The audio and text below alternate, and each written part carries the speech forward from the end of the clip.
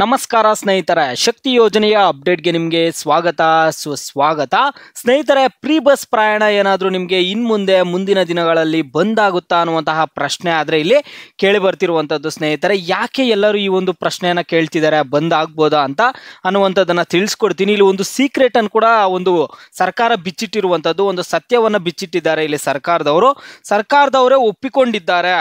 ಈ ಒಂದು ಸತ್ಯವನ್ನು ಸರ್ಕಾರದವರೇ ಒಪ್ಪಿಕೊಂಡಿರುವಂಥದ್ದು. ಸ್ನೇಹಿತರೆ, ಈ ಕುರಿತು ಎಲ್ಲ ಮಾಹಿತಿ ನಿಮಗೆ ಈ ವಿಡಿಯೋದಲ್ಲಿ ಸಿಗುತ್ತೆ. ಎಲ್ಲರೂ ವಿಡಿಯೋ ಕೊನೆವರೆಗೂ ನೋಡಿ. ಅದಕ್ಕೆ ಮುಂಚೆ ನೀವು ಯಾರಾದರೂ ಇನ್ನೂ ಚಾನಲನ್ನು ಸಬ್ಸ್ಕ್ರೈಬ್ ಮಾಡ್ಕೊಂಡಿಲ್ಲ ಅಂದರೆ ಈಗಲೇ ಚಾನಲನ್ನು ಪಟ್ ಅಂತ ಸಬ್ಸ್ಕ್ರೈಬ್ ಮಾಡ್ಕೊಳ್ಳಿ. ಮತ್ತು ವಿಡಿಯೋಗೊಂದು ಲೈಕ್ ಆದರೆ ಕೊಡಿ. ನೀವು ಕೂಡ ಸಬ್ಸ್ಕ್ರೈಬು ಲೈಕಿಂದ ನಿಮ್ಗೆ ಇದೇ ರೀತಿ ಕಂಟಿನ್ಯೂಸ್ ಅಪ್ಡೇಟ್ಸ್ ಆದರೆ ಸಿಗ್ತಿರುತ್ತೆ. ಈಗಾಗಲೇ ಯಾರು ಸಬ್ಸ್ಕ್ರೈಬು ಲೈಕ್ ಮಾಡಿ ವಿಡಿಯೋ ನೋಡ್ತಿದ್ದೀರೋ ಎಲ್ಲರಿಗೂ ನನ್ನ ಒಂದು ಹೃದಯಪೂರ್ವಕ ಧನ್ಯವಾದಗಳು. ನೋಡಿ ಸ್ನೇಹಿತರೆ, ನಾನೀಗ ಡೈರೆಕ್ಟ್ ಟಾಪಿಕ್ಗೆ ಬರ್ತೀನಿ. ಇಷ್ಟು ದಿನ ಸರ್ಕಾರದವರು ಹೇಳ್ತಿದ್ರು ಶಕ್ತಿ ಯೋಜನೆಯಿಂದ ನಮಗೇನು ಲಾಸ್ ಆಗ್ತಿಲ್ಲ, ಶಕ್ತಿ ಯೋಜನೆಯಿಂದ ಸರ್ಕಾರಕ್ಕೆ ಏನು ತೊಂದರೆ ಆಗ್ತಿಲ್ಲ, ಶಕ್ತಿ ಯೋಜನೆ ಕರೆಕ್ಟಾಗೇ ಹೋಗ್ತಿದೆ, ಈ ಒಂದು ಶಕ್ತಿ ಯೋಜನೆಯಿಂದ KSRTC ಮತ್ತು BMTC ಇವೆಲ್ಲ ಲಾಭದಲ್ಲಿದ್ದಾವೆ ಅನ್ನುವಂತಹ ಒಂದು ಹೇಳಿಕೆಗಳೆಲ್ಲ ಕೊಡ್ತಾ ಇದ್ರು ಕಾಂಗ್ರೆಸ್ ಸರ್ಕಾರದವರು.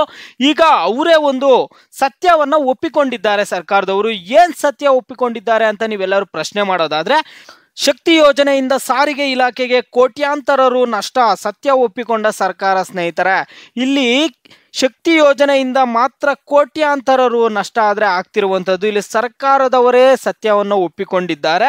ಶಕ್ತಿ ಯೋಜನೆಯ ಹೊರೆಗೆ ಸಿಲುಕಿ ಆರ್ಥಿಕ ಸಂಕಷ್ಟಕ್ಕೆ ಸಿಲುಕಿರುವ ರಾಜ್ಯದ 4 ರಸ್ತೆ ಸಾರಿಗೆ ಸಂಸ್ಥೆಗಳು ಇಲ್ಲಿ ಹಣಕಾಸು ನಿರ್ವಹಣೆಗಾಗಿ ಸಾಲದ ಮೊರೆ ಹೋಗಿವೆ ಎಂದು ಹೇಳಲಾಗುತ್ತಿದೆ. ಇಲ್ಲಿ ಶಕ್ತಿ ಯೋಜನೆಯ ಅನುಷ್ಠಾನದಿಂದಾಗಿ ಸಂಸ್ಥೆಗಳ ಆದಾಯ ಗಳಿಕೆಯಲ್ಲಿ ಹೆಚ್ಚಳ ಉಂಟಾಗಿದ್ದರೂ ಸಹ ನಿಗಮಗಳ ನಗದು ಒಳ ಅರಿವಿನ ಮೇಲೆ ವ್ಯತಿರಿಕ್ತ ಪರಿಣಾಮ ಬೀರಿದೆ. ಇಲ್ಲಿ ನಿಗಮಗಳು ಕಳೆದ ಹಲವಾರು ವರ್ಷಗಳಿಂದ ನಷ್ಟವನ್ನು ಅನುಭವಿಸುತ್ತಿದ್ದು ಆದಾಯ ಕೊರತೆ ಉಂಟಾಗಿರುವಂಥದ್ದು. ಈವರೆಗೂ ಸಾರಿಗೆ ಇಲಾಖೆಯ ನಷ್ಟದ ಬಗ್ಗೆ ಅಂಕಿ ಅಂಶಗಳನ್ನು ಮುಚ್ಚಿಟ್ಟಿದ್ದ ಸಾರಿಗೆ ಇಲಾಖೆ ಇದೀಗ ವಿಧಾನ ಪರಿಷತ್ನಲ್ಲಿ ನಷ್ಟದ ಬಗ್ಗೆ ಮಾಹಿತಿ ಹಂಚಿಕೊಂಡಿರುವಂಥದ್ದು. ನಷ್ಟದ ಕುರಿತು ಇಲ್ಲಿ ವಿಧಾನ ಪರಿಷತ್ನಲ್ಲಿ ಅವರು ಹಂಚಿಕೊಂಡಿದ್ದಾರೆ, ಯಾವ ರೀತಿಯಾಗಿ ನಷ್ಟ ಆಗ್ತಿದೆ ಏನು ಅಂತ. ಪರಿಷತ್ ಸಭೆಯಲ್ಲಿ ಸಾರಿಗೆ ನಿಗಮಗಳ ನಷ್ಟದ ಬಗ್ಗೆ ಕೇಶವ್ ಪ್ರಸಾದ್ ಅವರು ಪ್ರಶ್ನೆ ಆದರೆ ಮಾಡಿದ್ರು. ಇಲ್ಲಿ ಗ್ರಾಮೀಣ ಭಾಗದಲ್ಲಿ ಬಸ್ಗಳ ಕೊರತೆ ಇದೆ, ಹೊಸ ಬಸ್ಗಳನ್ನು ಖರೀದಿಸಲಾಗಿದೆಯೇ ಎಂದು ಕೇಳಿದರು. ನಿಗಮಗಳು ನಷ್ಟದಲ್ಲಿವೆ ಎಂದು ಹೇಳಲಾಗುತ್ತಿದೆ, ಆದರೆ ನಷ್ಟ ಏಕೆ ಆಯಿತು ಎಂಬುದನ್ನು ವಿವರಿಸಬೇಕೆಂದು ಒತ್ತಾಯಿಸ್ತಾ ಇದ್ರು. ಇಲ್ಲಿ ನಿತ್ಯ ಶಕ್ತಿ ಯೋಜನೆಯಿಂದ ವಿದ್ಯಾರ್ಥಿಗಳಿಗೆ ಇಲ್ಲಿ ಸಮಸ್ಯೆ ಆಗ್ತಾನೆ ಇದೆ. ವಿದ್ಯಾರ್ಥಿಗಳಿಗೆ, ವೃದ್ಧರಿಗೆ ಎಲ್ಲ ಈ ಒಂದು ಶಕ್ತಿ ಯೋಜನೆಯಿಂದ ಮೊದಲಿಂದನೂ ಸಮಸ್ಯೆ ಆಗ್ತಾನೆ ಇದೆ. ಆ ಬಸ್ಗಳಲ್ಲಿ ನೋಡಿದ್ರೆ ಫುಲ್ ರಶ್ ಇರುತ್ತೆ. ಪ್ರತಿದಿನ ಕಾಲೇಜ್ಗೆ ಹೋಗುವಂತಹ ವಿದ್ಯಾರ್ಥಿಗಳಿಗೆ, ಸ್ಕೂಲ್ಗೆ ಹೋಗುವಂತಹ ವಿದ್ಯಾರ್ಥಿಗಳಿಗೆ ಸೀಟ್ ಸಿಗಲ್ಲ, ನಿಂತ್ಕೊಳ್ಳೋಕ್ಕೂ ಜಾಗ ಇರಲ್ಲ. ವೃದ್ಧರಿಗೆ ಕೂಡ ತುಂಬಾ ತೊಂದರೆ ಆಗ್ತಿರುತ್ತೆ. ಈ ಒಂದು ಶಕ್ತಿ ಯೋಜನೆಯನ್ನು ನಿಲ್ಲಿಸ್ಬಿಡಿ, ನೀವು ಫ್ರೀ ಕೊಡೋದಾದರೆ ವಿದ್ಯಾರ್ಥಿಗಳಿಗೆ ಫ್ರೀ ಕೊಡಿ ಮತ್ತು ವೃದ್ಧರಿಗೆ ಫ್ರೀ ಕೊಡಿ ಅಂತ ಸಾಕಷ್ಟು ಜನ ಆಕ್ರೋಶ ಆದರೆ ವ್ಯಕ್ತಪಡಿಸ್ತಾನೆ ಇದ್ರು ಮೊದಲಿಂದನೂ. ಆದರೆ ಸರ್ಕಾರದವರು ಇದನ್ನು ಕಿವಿಗೆ ಹಾಕ್ಕೊಳ್ತಿರ್ಲಿಲ್ಲ. ನಾವು ಶಕ್ತಿ ಯೋಜನೆಯನ್ನು ಮುಂದುವರಿಸ್ತೀವಿ, ಮಹಿಳೆಯರಿಗೆ ತುಂಬಾ ಉಪಯೋಗ ಆಗ್ತಿದೆ ಅಂತ ಹೇಳ್ತಿದ್ರು. ಮಹಿಳೆಯರಿಗೆ ಕೂಡ ಉಪಯೋಗ ಆಗ್ತಿದೆ, ಕೆಲವರಿಗೆ ಪ್ರತಿದಿನ ಕೆಲಸಕ್ಕೆ ಹೋಗುವಂತಹ ಮಹಿಳೆಯರಿಗಂತೂ ತುಂಬಾ ಉಪಯೋಗ ಆಗ್ತಿದೆ. ಹಂಗಂತ ಇಲ್ಲಿ ವಿದ್ಯಾರ್ಥಿಗಳಿಗೆ ಇಲ್ಲಿ ಸಮಸ್ಯೆ ಆಗ್ತಿರುವಂಥದ್ದು, ವೃದ್ಧರಿಗೆ ಸಮಸ್ಯೆ ಆಗ್ತಿರುವಂಥದ್ದು. ಸ್ನೇಹಿತರ, ಇಲ್ಲಿ ನಿತ್ಯ ಶಕ್ತಿ ಯೋಜನೆಯಿಂದ ವಿದ್ಯಾರ್ಥಿಗಳಿಗೆ ಸಮಸ್ಯೆ ಆಗ್ತಾನೆ ಇರುವಂಥದ್ದು. ಬಸ್ ನಿಲ್ದಾಣಗಳಲ್ಲಿ ಶೌಚಾಲಯಗಳ ಸಮಸ್ಯೆ ಇದೆ, ಕಸ ಕಡ್ಡಿಗಳಿಂದ ತುಂಬಿವೆ ಎಂದು ಅವರು ತಮ್ಮ ಅನುಭವವನ್ನು ಹಂಚಿಕೊಂಡರು. ನಿತ್ಯ ಶಕ್ತಿ ಯೋಜನೆಯಿಂದ ವಿದ್ಯಾರ್ಥಿಗಳಿಗೆ ಸಮಸ್ಯೆ ಆಗಿದೆ ಎಂದು ಹೇಳ್ತಾ ಇದ್ರು. ದೇಶದ ಎಲ್ಲಾ ಕಡೆ ಸಾರಿಗೆ ಸೌಲಭ್ಯಗಳು ನಷ್ಟದಲ್ಲಿವೆ. ಸಾರಿಗೆ ಸಚಿವ ರಾಮಲಿಂಗಾರೆಡ್ಡಿ ಅವರು ಉತ್ತರಿಸುತ್ತಾ ತಾವು ಯಾವುದೇ ಮಾಹಿತಿಯನ್ನು ಮುಚ್ಚಿಡುತ್ತಿಲ್ಲ ಎಂದು ಸ್ಪಷ್ಟನೆ ಆದರೆ ಕೊಟ್ಟಿದ್ರು.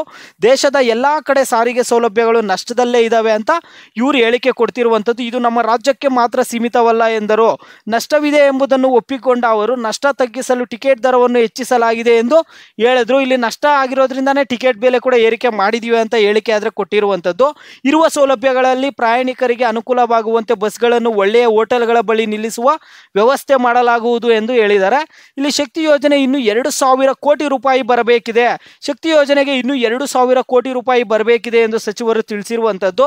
ತಾವು ಮೊದಲು ಸಚಿವರಾಗಿದ್ದಾಗ ಒಂದು ಬಸ್ ಇರಲಿಲ್ಲ, ಆದರೆ ಈಗ ಹೊಸ ಬಸ್ಗಳನ್ನು ಖರೀದಿಸಲಾಗಿದೆ ಮತ್ತು ಹೊಸ ನೌಕರರನ್ನು ನೇಮಿಸಲಾಗಿದೆ ಎಂದು ಅವರು ಹೇಳಿಕೆ ಆದರೆ ಕೊಟ್ಟಿದ್ದಾರೆ. ನಮ್ಮ ಅವಧಿಯಲ್ಲಿ 5,360 ಹೊಸ ಬಸ್ಗಳನ್ನು ಖರೀದಿಸಲಾಗಿದೆ ಎಂದು ಮಾಹಿತಿ ಆದರೆ ಹಂಚಿಕೊಂಡಿರುವಂಥದ್ದು.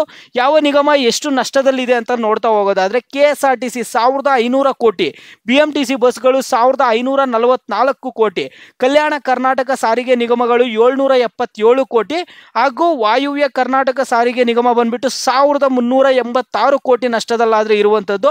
ಇದು ಸಚಿವ ರಾಮಲಿಂಗಾರೆಡ್ಡಿ ಅವರೇ ಈ ಒಂದು ಸತ್ಯವನ್ನು ಒಪ್ಪಿಕೊಂಡಿದ್ದಾರೆ. ಸ್ನೇಹಿತರೆ, ಇದನ್ನ ಸಚಿವರಾದ ರಾಮಲಿಂಗಾರೆಡ್ಡಿ ಅವರು ಒಪ್ಪಿಕೊಂಡಿದ್ದಾರೆ ನಷ್ಟದಲ್ಲಿದೆ ಅನ್ನುವಂಥದ್ದನ್ನ.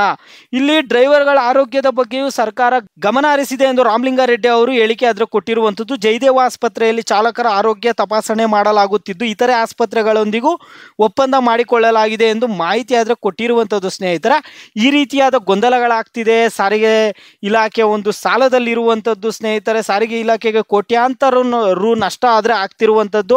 ಈ ರೀತಿಯಾದ ಸಮಸ್ಯೆಗಳೆಲ್ಲ ಆಗ್ತಿದೆ. ಕೆಲವರು ಏನು ಹೇಳ್ತಿದ್ದಾರೆ ಅಂದರೆ ಫ್ರೀ ಬಸ್ಗಳನ್ನು ಬಂದ್ ಮಾಡಿಬಿಡಿ ಅಂತ ಹೇಳ್ತಿದ್ದಾರೆ. ಈಗ ನಿಮ್ಮ ಅಭಿಪ್ರಾಯ ತುಂಬಾ ಮುಖ್ಯ ಆಗಿದೆ.